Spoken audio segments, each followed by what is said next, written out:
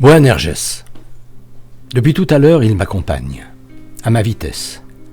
Entre deux clignements d'yeux, je l'entrevois qui marche, son bras soutenant sa mère, tous deux sans cesse doublés par ceux qui sont venus assister au spectacle.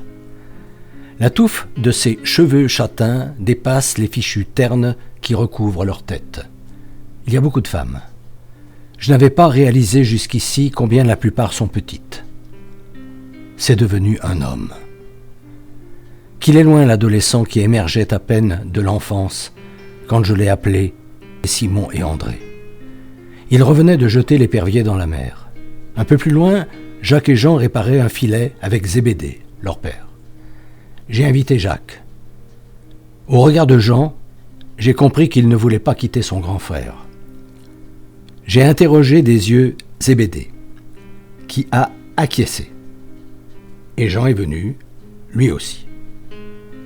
Entre les silhouettes voilées qui se glissent entre nous et le dépassent, j'entrevois son regard qui ne cesse de me suivre, triste, infiniment triste.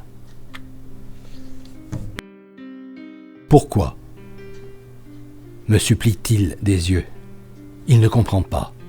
Pourtant ce n'est pas faute de lui avoir expliqué ainsi qu'aux 12 que, pour qu'il devienne universel, il était nécessaire que je signe ainsi le message de paix que mon père m'a demandé de porter au monde.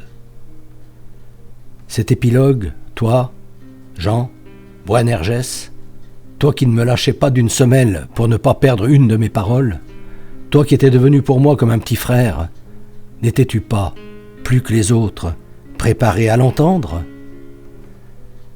Combien de temps s'est-il écoulé depuis ce soir où, pendant que nous nous restaurions, fatigués d'avoir marché sans nous arrêter afin d'arriver avant la nuit dans ce village où je savais que nous pourrions être hébergés, les 12 se sont amusés à me demander, devant les autres qui nous avaient accueillis comme des amis et s'étaient mis en 4 pour bien nous recevoir, de leur dire comment je les voyais.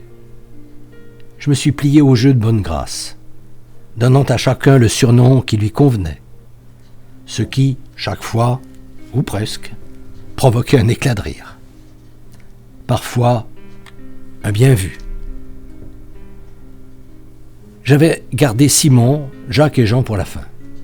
Simon, trapu, volontaire, entier, qui, curieusement, gardait toujours à son côté le grand couteau dont il se servait pour découper les poissons. Un couteau si grand que, pour un peu, il aurait pu passer pour une épée. Parce qu'il était de ces hommes sur qui l'on peut compter, j'avais avancé. Pierre. J'avais même fait un jeu de mots. Tu es Pierre, et sur cette pierre, j'assierai les miens. Restaient Jacques et Jean. Quel surnom leur donner? Soudain, j'avais trouvé. Boanerges, fils du tonnerre. Le surnom avait empli le gamin de fierté.